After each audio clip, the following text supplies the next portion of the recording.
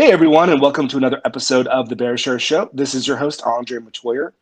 And in this episode, we're going to talk about moving on and keeping on, and moving on from breakups because it happens, it sucks, it's difficult, but we can get through it.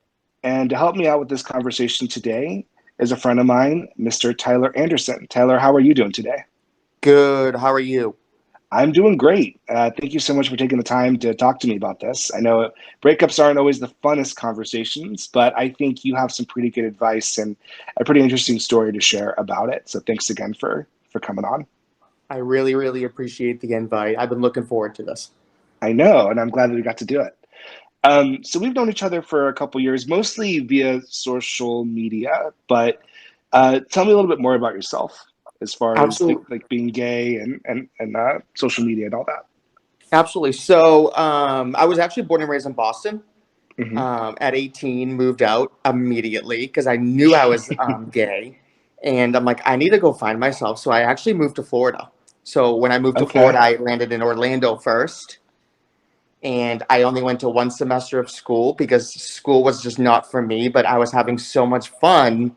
I hate to say this, partying. I'm like, screw school. I'm not doing this anymore. gotcha. Yep. So at 18, I actually worked at Pulse in Orlando. Believe it Oh or not, wow, I wow. did. Okay. I did a couple different chores there. I would have to say, Were you a different bartender? positions. I was not. Okay. So, other than that, I that just got the foundation of nightlife, which is going to actually kind of loop back around the older I get. But then after that, I actually moved up to Atlanta and I got into nightlife up there. When I was up there, I actually worked more in hip hop, which is going to be more the heterosexual straight community. And what I Okay. did was I was actually a VIP director for some of the local big venues that you guys see on TMZ all the time. And I used to work with a lot of the rappers and the OnlyFans models when it was Wow. very heterosexual driven when it first started about 7 years ago. I didn't even know that OnlyFans was around then, so that's interesting. Yeah, so how it kind of happened is a little history about OnlyFans that most people don't know is it started and a lot of the strippers were on there. Yeah, So what makes they were sense. doing was making all this money, and then that's like the nightlife when it came to stripping kind of went to the gutter because these girls were making so much money on it. OnlyFans. Wow. That's okay. That's good to know. So you've been really involved in the nightlife and the party scene. The nightlife, the party scene. I worked a little bit in automotive, but I would have to say Atlanta nightlife was just like irreplaceable. It was amazing. I've met so many cool people that we listen to on the radio on Top 40 all Yeah. the time. It Ludacris, was he's cool. from there. So I think, right, Ludacris? Ludacris was my client when I worked for BMW. That's awesome. That's Yes. cool. You wanted to talk about breakup. So, just so the audience knows, we're going to get into strategies and how to deal with breakups. But first, Tyler, share with us your story on a breakup, and then we can get into later how we deal with that and what we're going to do post breakup. But share your story for us. Absolutely. So I actually just went through a pretty nasty breakup within the probably the last 3 months. Because Okay. the last month of a breakup is normally you kind of know it's coming, but you don't want to accept the fact, so you kind of do everything you can to fix it, but you're emotionally detached from that person already. You know what? Uh, I don't have a lot of experience with dating, to be honest. I've had one kind of boyfriend for a little while, but the relationship wasn't great pretty much the whole way through. So don't really have much to compare it to. So I'm taking your word on this. awesome. Well, I'm bad at relationships too, but this one was really good for me, if you want my honesty, because I learned a lot about myself. Okay. But I met this individual when I actually lived in Dallas.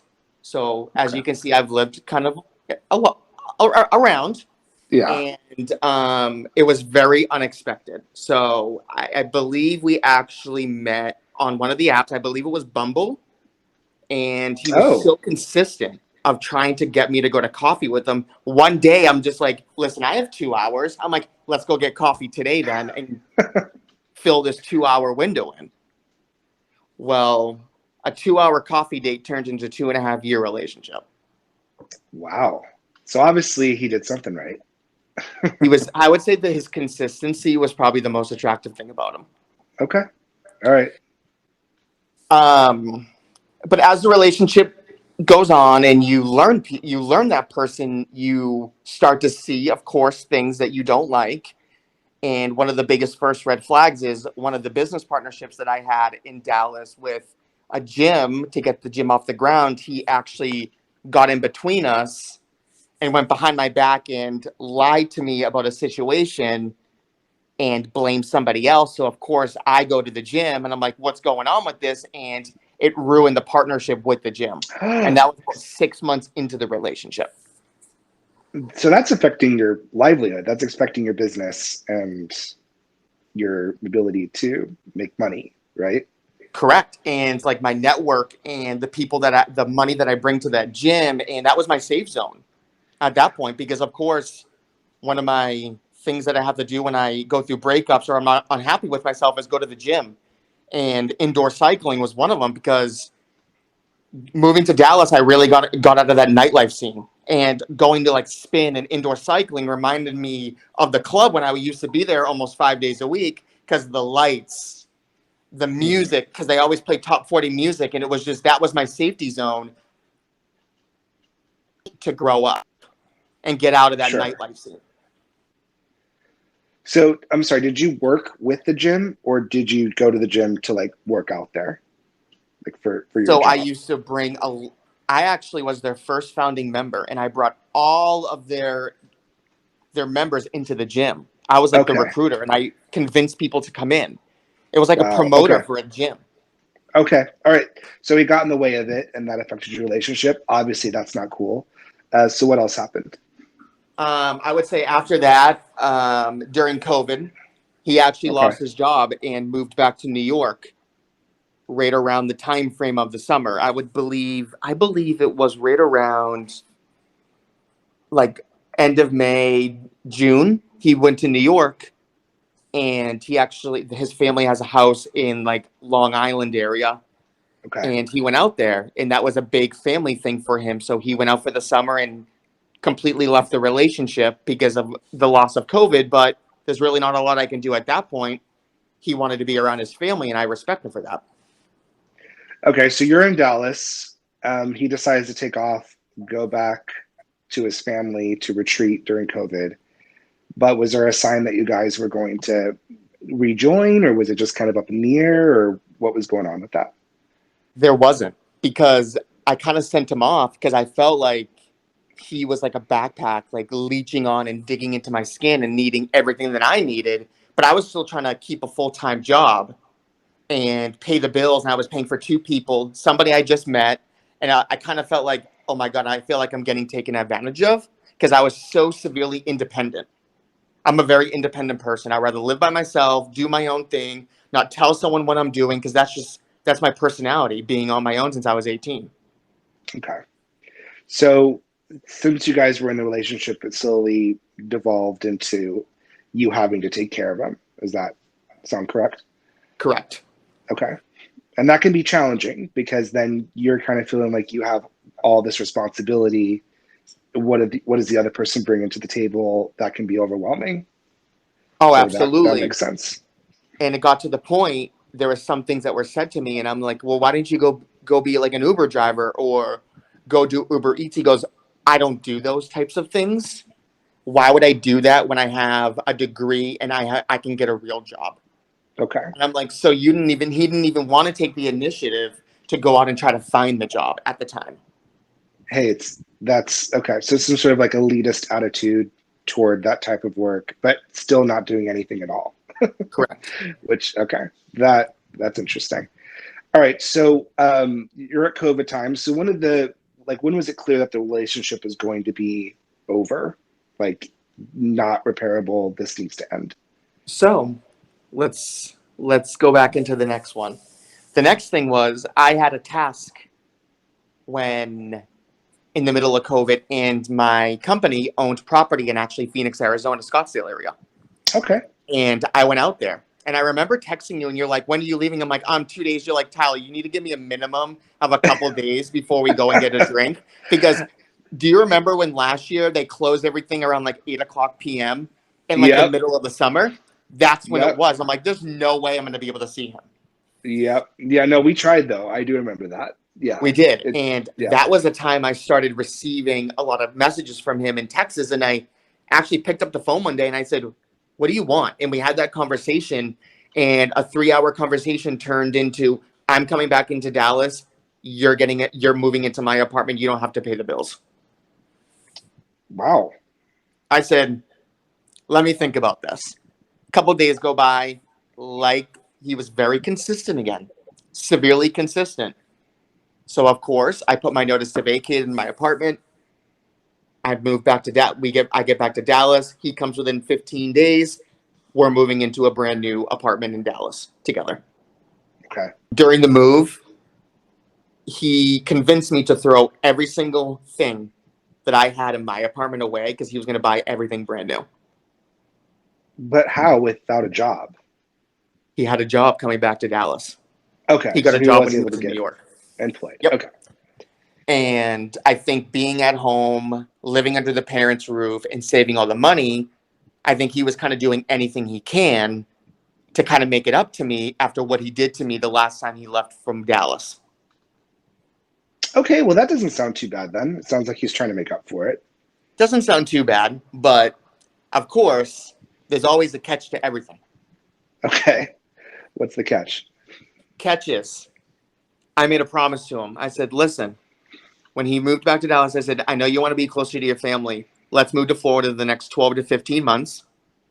He said, okay. We had the and then we had actually had the opportunity within 5 months in our lease to move back to Florida. So he's like, you don't have to work. Go get your real estate license. I'm paying for everything. I'm paying the movers, everything. I just want to be closer to my parents. I said, okay, let's do it. So of course I quit my job I was making 6 figures at, Oh my and I God. busted my ass to get from the bottom to the top. We move out to Miami because I'm like, I need to live in a major city. I can't be in a smaller city. But we didn't want to live in Lauderdale. We just wanted to be closer to more Miami because the speed of life is like New York down here. It's just so much faster. Okay. And that's what I was used to. So with that being said, within 4 months, he created like a scar against Miami, and he absolutely hated it. He hated it to the fact he left me, ghosted me, came into the apartment, took everything out of the apartment, shut the electricity off, shut everything off. So were you out of town for like a business trip or I like was how at was he able to do work. that? Oh wow. So he shut off everything and basically moved out. Did you not see this coming or like was this a surprise or like how I knew something was up because it was right around that June time frame. okay. And a trend of last year was he acted up to go home to New York for June to spend the summer up in the Hamptons. And I noticed right around end of May, June, he started kicking his heels up again. He went home. I don't know what happened. I get a text one day. He goes, I need to cancel this lease. I'm done. Completely ghosted me. I did not know when he was coming down here to pick up his stuff. I was at work. I came home. My dog was in a crate. Everything was gone. And just like that it was over. Just like that, it was over. Haven't spoken to him since. And that was when again? This About 2.5 months to almost 3 months ago. so a 2.5 year relationship ended in a very cold, shitty way.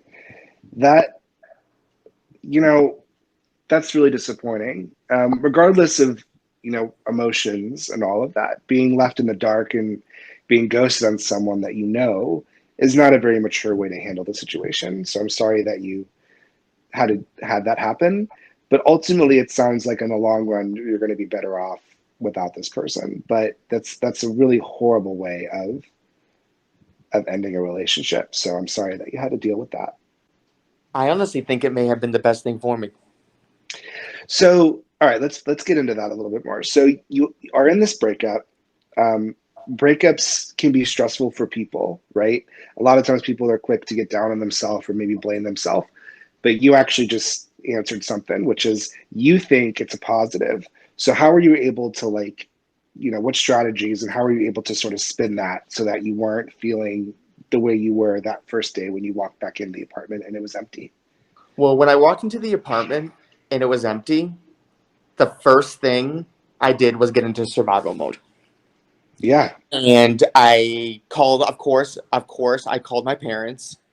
And of course, the minute they hear that their son is hurt, they get severe. Like Mama Bear comes out and Daddy Bear comes Mm-hmm. out, Mm-hmm. Of and they're course. like, "What are we gonna do?" Blah blah blah, and all that stuff. And the funny thing is, my mom, I love her to death, but she's just ruthless. She called him, and his father picked up the phone. Oh no. And the father said to my mother, "Yeah, we donated the furniture." My mom goes, "Why did you donate the furniture? You could have just kept it there. What was the point?" Well, during that conversation, I received a phone call from the building that I live in. And the building says, "Is this Mr. Anderson?" I said, "Yes, it is." They're like, "We just wanted to bring to your attention that you will be fined $750 for misplacing your furniture on the side of the street." And I said, "What do you mean?" She's like, "Your furniture's on the side of the street. It looks like somebody from that is on the lease in your apartment put all your furniture in the dumpster downstairs." I went Oh. downstairs. All my furniture was in the dumpster. And this is all brand new furniture that you guys purchased because he asked you not to bring your old stuff. Correct. The mattress, the bed, the frame was ruined. That was bent. The TV stand, both TVs were his. He took those. The couch had missing like sofa, like little sofas, push sofas, pillows, everything. I went down there. I found everything that I could to survive to get where I am today. So you had to bring that stuff out of the dumpster and put it back in your place. Yep, I had to steam clean everything. I'm still missing one thing to the sofa, but I mean, at this point, I'm just thankful that I have something. Were you able to get the fine removed from taking it back? Or That's all taken care of. okay, good, So good, that's all done. But we good. we fixed that. So of course, I went into the office the next day and I explained the situation to the office, and the office has been nothing but so good to me. Ever since that, I see the manager in the hallway. She stops me. All the agents stop me. They give me hugs. They sent me a letter one day. They're just like, "I Oh, can't even that's believe awesome. it." Okay. So, all right. So that's good that that got taken care of, and there's good people out there. But all right. So you're back. You're still in that apartment now. So how have you been able to move forward from this? Like, to go from the survival mode part. So after survival, I had to kind of find myself again because, of Sure. course, it's like a reset of life. So the first thing I actually did was I really wanted to work on my mental health. Okay. So with doing that, I actually stopped going to indoor cycling and I actually started running, believe it or not. And Okay. before, I never wanted to run because it always hurt my knees because I used to play soccer when I was really younger. So I did that. I joined a new gym and saw familiar faces. And Oh, now that's every day good. I walk into the gym and all these people know my story. Sure. That's a crazy story. So I Yes. imagine. I did that. I asked for help. I actually have a life coach. I talk to Okay. her anywhere from 2 to 3 times a week, as well as I have a friend who I call her my therapist because now she knows everything. Her name is Primala because she said she wanted a shout out on the podcast. So I said, absolutely. Hey, Primala, Primala. Primala is awesome. She would be such a good guest. But Primala came and she calls me every single night and asks me what my Pete and pits are for the day, what we're gonna do tomorrow, everything. Okay. So you were able to get some help, like, life coach, therapy. And I want to stop and just call out that it's okay to get help from other people. I think sometimes people feel embarrassed about a breakup or ashamed, or they feel like they might be a burden. But if you need help to get out of that situation, I think that's okay. That's what friends are for. That's what therapy's for. That's what life coaches can do. They can help get you out of your funk and out of your situation into that next phase, which is ultimately healthy, and they can help you get there sooner. So I think that's good that you were able to get that outside help. In addition to finding yourself and, doing the healthy things, exercising, that's always good. Was there anything else that you did to sort of help recenter yourself and move forward from this? Yeah, I mean, every day is a new day. Yeah. And of course, it comes in waves. And I had that expectation from the minute I started. But the other issue that I really had during the breakup was the individual actually completely degraded me. And I lost a Okay. lot of Instagram followers. I had clients reaching out to me saying, your ex called me and told me not to work with you. So I had to switch jobs. So I had to switch brokers that I work with here in Miami. He went after any individual that had a double relationship with me and him. They have every single person has not stopped. Every single person stopped talking to me. Well, that's their loss, right? That's not It your is it loss. is their loss, and it just shows to me that it sounded like I dated somebody that was so double sided. And unfortunately, the truth is all going to come out in the long run because it Yeah. is what it is.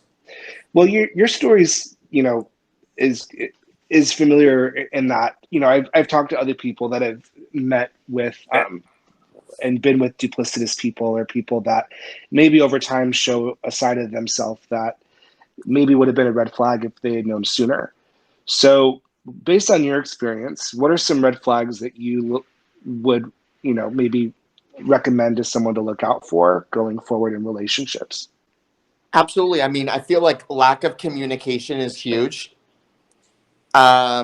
Irresponsible, immaturity, unpredictable, lack of Hmm. trust. I think the biggest one with the relationship that I was just in was when friends and family don't like the partner or the partner's family doesn't like you. Ah, okay. That is a huge one. I mean, So, absolutely. That was probably a major red flag to me yeah. because I know deep down inside that the parents didn't like me and they were very cold towards me when I met them multiple times. I also remember that individual saying to me once towards the end, I can't ever take you back. Everyone knows you're dirt, and now this relationship is dead, so I'm not coming back to Miami.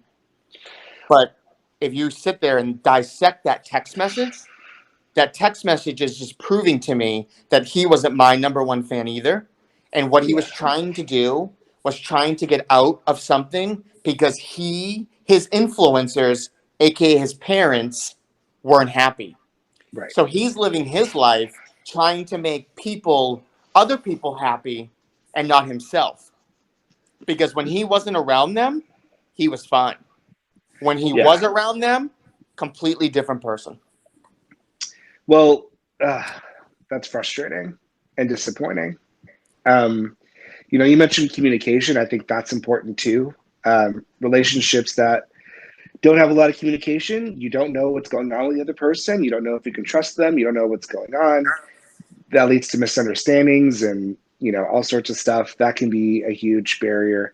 Immaturity is, I think, huge. And immaturity doesn't always mean age. Like, there's really young people that are very, very mature, and there's really old people that are very, very immature. But you do need to have a certain level of maturity to know, like, what's acceptable behavior, how to handle disagreements, how to check your own insecurities.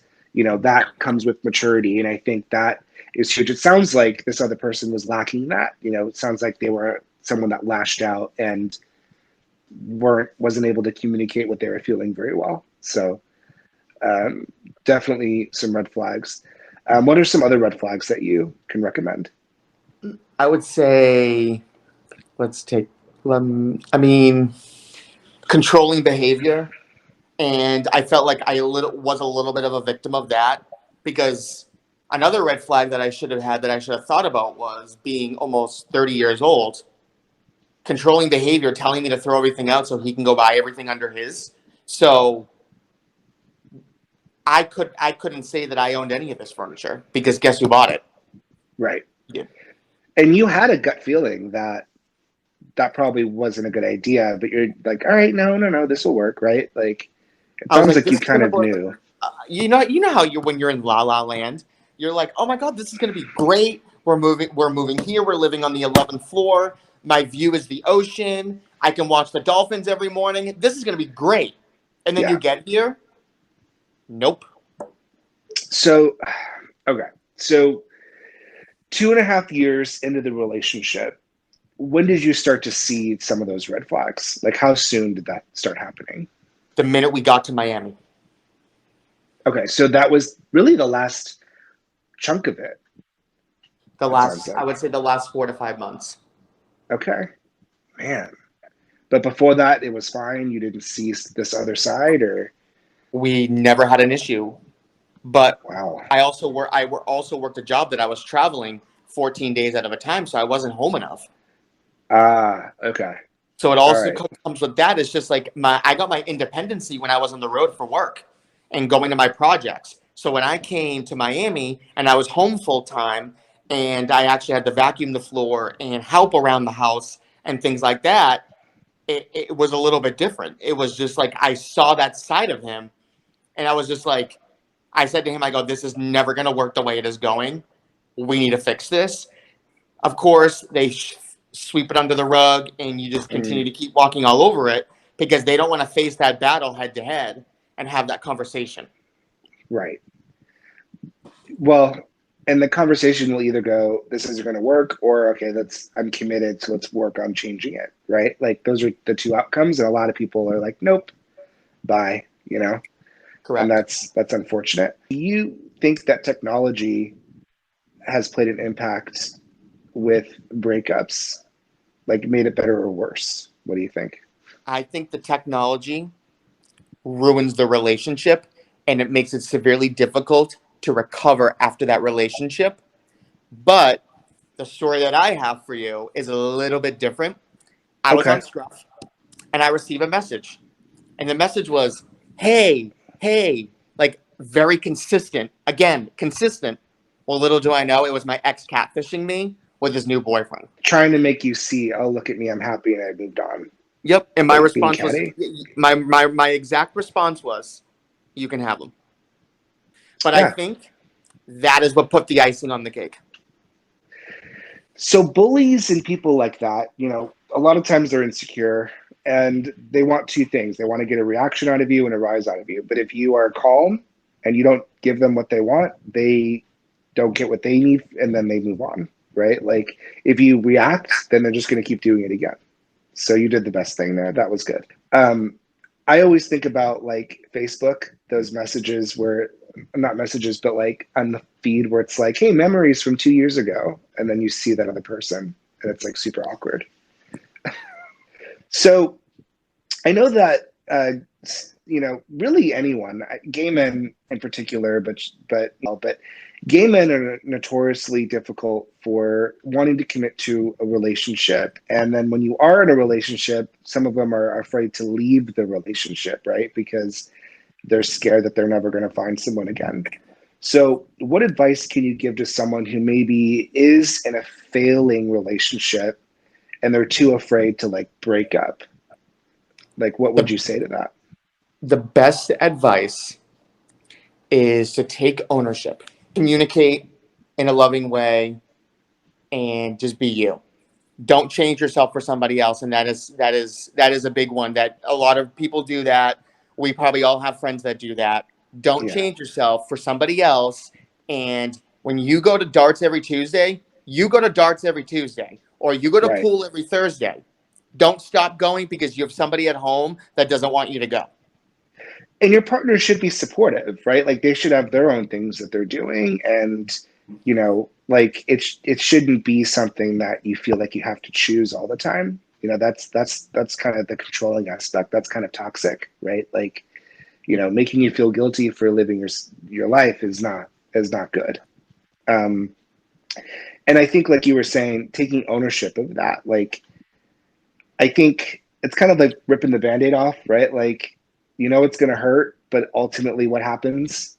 the wound heals and you move on, right? Like, I think that is kind of a good takeaway, you know?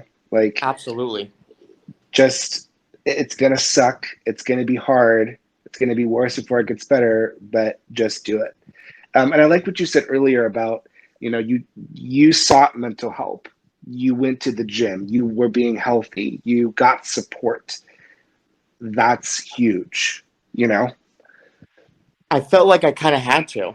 And the only Yeah, reason why is because the situation that I was in, no matter who you talk to about it, their mouth drops to the floor and they're like, how could an individual do that?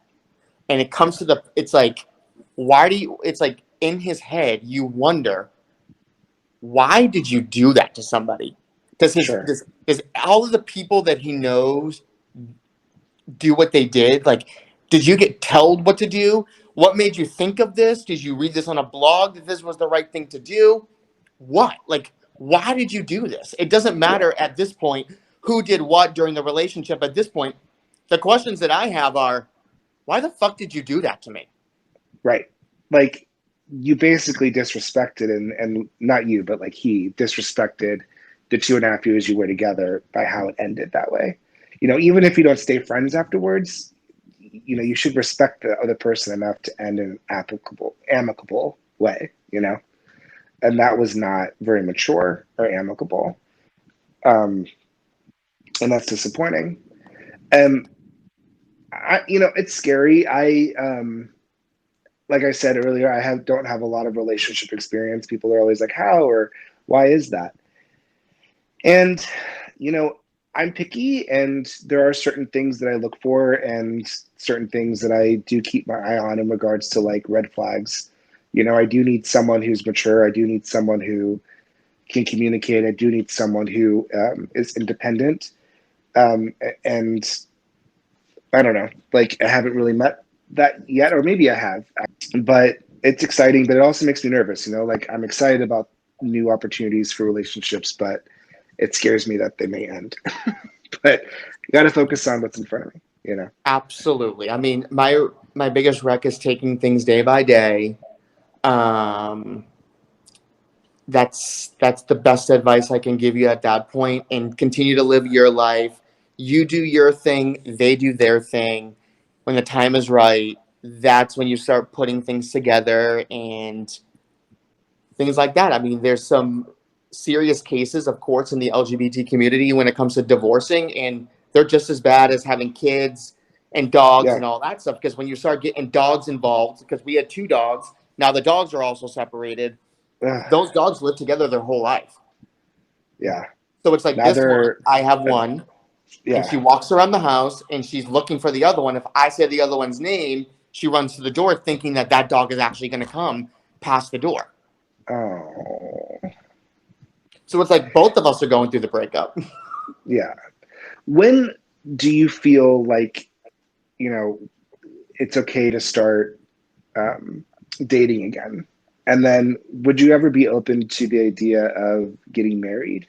And like, is that something you see in the future? You know what? I would get married. Okay. And the reason why I'm saying that now is because I felt like I've learned so much about myself in the last 60 days after this breakup. I know exactly what I want. I could be single till I'm 50, and at 50, that person comes into my life. I'll be happy to get married. Wow. I would be happy to get married because once I get married, I'm not getting divorced. It's too much of a pain in the ass because this was too much like a divorce, and it was not easy. Yeah. But when it comes to dating, I actually downloaded the dating apps Okay. about 2 weeks after I knew that he wasn't coming back, just to look. Like the first thing, I was very curious, and I was looking, and I started looking, and I met like a couple people. I went on a coffee date with one person. I wouldn't say that they're like amazing, but I wouldn't say that I'm going to go on a second date. But I networked myself, and he's a tennis coach. So I thought that was Okay. really interesting. And he's not from America; he's from Italy. But you're getting yourself back out there, and that's good. they may not be Mr. Right away, but you're at least getting the experience and you're getting your confidence back and you're getting your, your groove back. And that's important. Absolutely. I went on another one with a guy at a pizza shop, one of the pizza shops right up the street. And the minute it's like, I love the kid to death. He's such a nice guy, but he's too young for me. I already know he Okay. is. Okay. But I got a friend. That's good. There's nothing wrong with having gay friends. Do you think But you're at a place to forgive him and move on, or what do you think? I think at this point, for everything that I went through, I feel like the trust between us is so fragile. And I felt like all the secrets and the lies really jeopardized the trust between Hmm. us. That is, it's probably going to be completely unrepairable. Um, Being in that relationship, I felt like I wasn't emotionally myself because I felt like I had to change so much of who I am, what I used to love, what I listened to, what I wore to make him happy. And that was the biggest, that was all of the red flags towards the end that I'm starting to see Yeah, because the truth always comes out. And when it comes always. out, it hits you so fucking hard because you become confused. There's so much unexplained. But at that time when it happened, I was so devastated by such the trauma that I didn't even know if I loved myself anymore. And I felt like that was the biggest issue. And It's like that's why that you had to image, like find I can yourself. even look at a picture of him. It's like it makes me sick to my stomach still to this day. Yeah, And it's just not, I don't think it's fixable right now. yeah. But I was very vulnerable a couple of days ago and I sent him an email. He didn't respond, and that's Well, okay. was But it like the closure that you needed? I said, one day, all I ask is for you to have one cup of coffee with me over Zoom, and we can talk about all the positive memories that we had and let the negativity that you made me become completely erase from my mind. And then I'll be able to close this chapter. Okay. I mean, I don't think that's an unfair request, but if he's not mature enough to handle it, then maybe, you know, that'll be something that you'll have to find a different way to get the closure on. But I think that's totally reasonable. You know, 2.5 years is a long time. It is a long So, time. you know, especially living together and investing in each other, like that's a really shitty way to leave somebody, and you deserve better than that. So, I I'm just sorry hope to it's a hear. learning lesson on both people. Um, Yeah. and of course, if anyone's going through a breakup, I feel like I'm good at giving advice, but I'm really bad at taking my own advice. That's a lot of people, but that's okay. And when I think about that, is like I probably drive all my friends absolutely fucking crazy because I call them all day. I'm like, hey, I just thought about this. I thought about this. I got to the point that every day I started writing to myself about my feelings and things like that. So, like And journaling. I did. I started journaling. And some Okay. of the journals are just like they hit home. And it's like one day it's like really happy and positive and it's okay. The next day is a new day. It's a new chapter and new this. Everyone's like, you need to publish this stuff because it comes out so good. Yeah, you can't fake raw emotion. And I think that's why we're doing this episode is a lot of people can identify with heartbreak and breakup and things not working out the way you thought and betrayal and disappointment, you know. And it's natural to feel highs and lows with it, but it's important to remember that you can get through it, you know. Absolutely.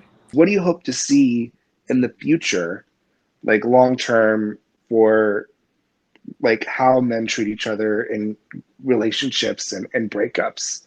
And what would be like your biggest takeaway from this entire experience? Don't change yourself. Okay. Be you. They felt the person wanted to date you from when they first met you. They knew nothing about you. So when they get to know you and then they start critiquing and changing things, why? They started liking the person they didn't even know. They liked you at your first impression. Be who you are on a date. When you're on the phone with someone, be who you are. When you're texting, social media, everything. I mean, social media, it's a double-edged sword. It could be very positive or severely Yeah, negative. absolutely.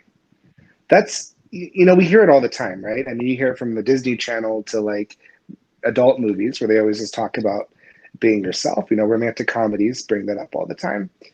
Um, we want the person so bad that we think if we conform to what they like and their image, that will let them stay and that will get us what we want. But what we're totally sacrificing is that doesn't work because we're lying to ourselves and we're dishonest and we're not that person. So eventually, like you said, the truth will come out and it will fail because it's exhausting to pretend all the time, you know?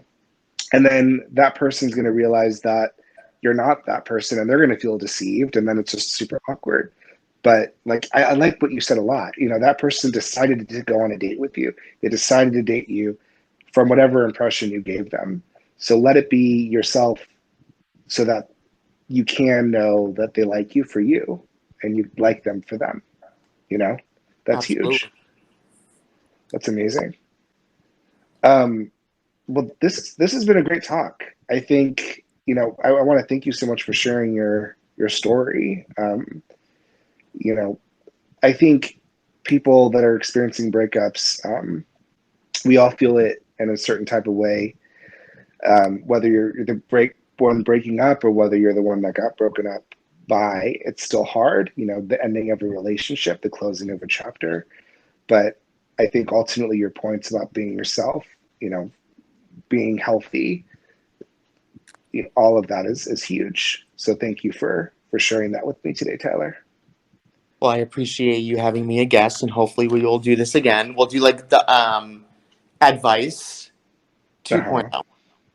Advice 2.0. I would love that. I would love that. Well, thank you, Tyler, so much for taking the time to come on the show. I really appreciate it. And for those listening, thank you for listening to another episode of The Bear Share Show.